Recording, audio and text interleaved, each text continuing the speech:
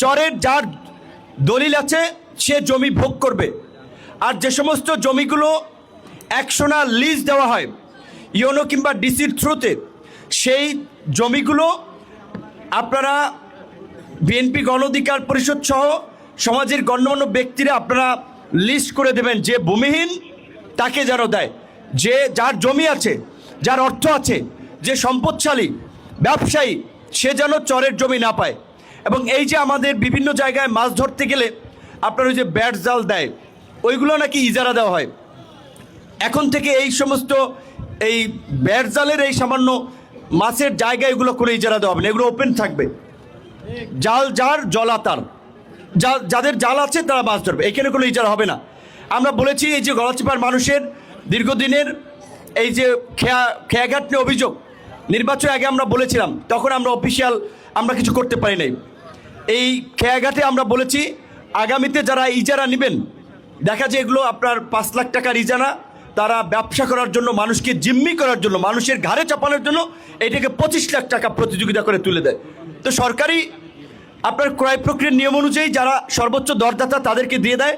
তো আমরা বলেছিলাম আপনারা কী প্রক্রিয়ায় পোষাবেন সেটা আমাদের বিষয় না, এখানে 5 টাকার বেশি ভাড়া নিতে পারবেন না। এবং ইতিমধ্যে এটা হাইকোর্টের একটা 3 মাসের স্টে অর্ডার আছে। আমরা প্রতিমন্ত্রীর সাথেও কথা বলেছি, স্থানীয় সরকার মন্ত্রণালয়ের ডিসি সাহেব আছে, বিভাগীয় কমিশনারটা মিলে এটা জেলা পরিষদ খাস কালেকশন করে যেভাবে মানুষের আমরা স্বস্তি দিতে পারি। আমাদের এখানে ব্যবসা করার টার্গেট না, সব জায়গা থেকে সরকারের ব্যবসা করা, রাজস্ব আয় করার দরকার নাই। কিছু জায়গায় যদি বৃহৎ কমিউনিটির উপকার হয় আমাদেরকে সেটা প্রায়োরিটি দিতে হবে। এবং ব্রিজের কাজ উদ্বোধন হয় নাই, কিন্তু ব্রিজের কাজ শুরু হয়ে গেছে। আর এটা যেহেতু আগামীকালকে উদ্বোধন করার কথা ছিল, আমাদের আরও একজন মন্ত্রী, 2 জন প্রতিমন্ত্রী থাকার কথা ছিল। আপনারা জানেন এই দক্ষিণাঞ্চলের 3টা ব্রিজ, আরেকটা হচ্ছে পটুয়াখালীতে আর একটা বাকেরগঞ্জে, এই 3টা ব্রিজই একত্রে উদ্বোধন করার কথা ছিল। কিন্তু আগামীকালকে যদি ক্যাবিনেট মিটিং হয় তাহলে আমারও ঢাকা চলে যেতে হবে, ওই মন্ত্রীরা আসতে পারবেন না, তাহলে হয়তো আনুষ্ঠানিক উদ্বোধনটা ঈদের পরে হতে পারে, বাট কাজ কিন্তু শুরু হয়ে গেছে। তো আপনাদের সকলকে ধন্যবাদ এবং শুভেচ্ছা, আপনাদেরকে অগ্রিম ঈদ মোবারক, ঈদের শুভেচ্ছা। বিনীতভাবে অনুরোধ করি, আমরা যেটা বলছিলাম এই গলাচিপা 10 মিনাকে আমরা শান্তি এবং সম্প্রীতির একটা নতুন জনপদে পরিণত করতে চাই। ছোটোখাটো বিষয় নিয়ে নিজেদের মধ্যে ঝগড়া ফ্যাসাদ মারামারি করবেন না। কিছুদিন আগে আমার নিজের এলাকা চরবিশ্বাসে দেখেছি, নিজের আত্মীয়, যে বলছি পরিবারের লোকেরা এমনভাবে কোপাইছে মনে হয় গরু কাটছে। এইভাবে একটা মানুষ মানুষকে কোপাতে পারে? এটা রোজার মাসে হিংস্রতা, বর্বরতার পরিচয়।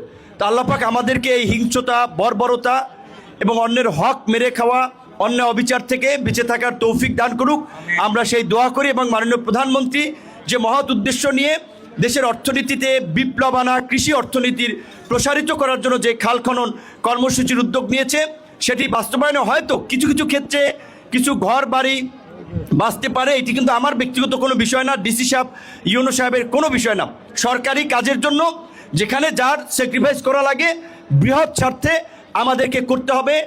আমি যেটি বলছিলাম এটা আপনারা নিশ্চয়ই আমার সাথে একমত হবেন। বাংলাদেশের এই 50 বছরের ইতিহাসে বা বাংলাদেশে আজকে এই যে 13টি সংসদ নির্বাচন হয়েছে, আমার মনে হয় বিগত নির্বাচনগুলোর তুলনা করলে এই ত্রয়োদশ সংসদ নির্বাচন হচ্ছে গলাচিপা 10 মিনার ইতিহাসে সবচেয়ে স্মরণীয় নির্বাচন। যেই নির্বাচনের পরে কোনো মানুষ একটা সহিংসতার শিকার হয় নাই, হানাহানি মারামারি প্রতিহিংসার শিকার হয় নাই। এবং এটা শুধু এই গলাচিপা 10 মিনায় নয়, এইবার বাংলাদেশের অনেক জায়গায় আমরা দেখেছি নির্বাচনের পূর্বে এবং পরে যে সংঘাত সহিংসতা হয়ে থাকে, এইবার ওইভাবে বাংলাদেশের কোথাও সেরকমের সংঘাত সহিংসতা হয় নাই। এটা সরকারি দলের দায়িত্বশীলতার পরিচয়, সরকারি দলের নেতাদের দায়িত্বশীলতার পরিচয়। এটা তারেক রহমানের নেতৃত্ব। তিনি আমাদেরকে সবসময় বলেছেন সরকারের যে বিভিন্ন সামাজিক সুরক্ষার কার্যক্রম আছে, এই যে ঈদের আগে আপনারা বিজিএফ পাচ্ছেন, বয়স্ক ভাতা কিংবা এই ধরনের বিভিন্ন কার্যক্রম, এইখানে যেন কোনো দল বিবেচনা করা না হয়, এটা প্রধানমন্ত্রীও বলে দিয়েছেন। তো কাজেই আমাদের যারা বিশেষ করে যেহেতু বিএনপি গণ অধিকার পরিষদ আমরা একসাথে নির্বাচন করেছি, আমাদের দায়িত্বশীল নেতৃবৃন্দকে অনুরোধ থাকবে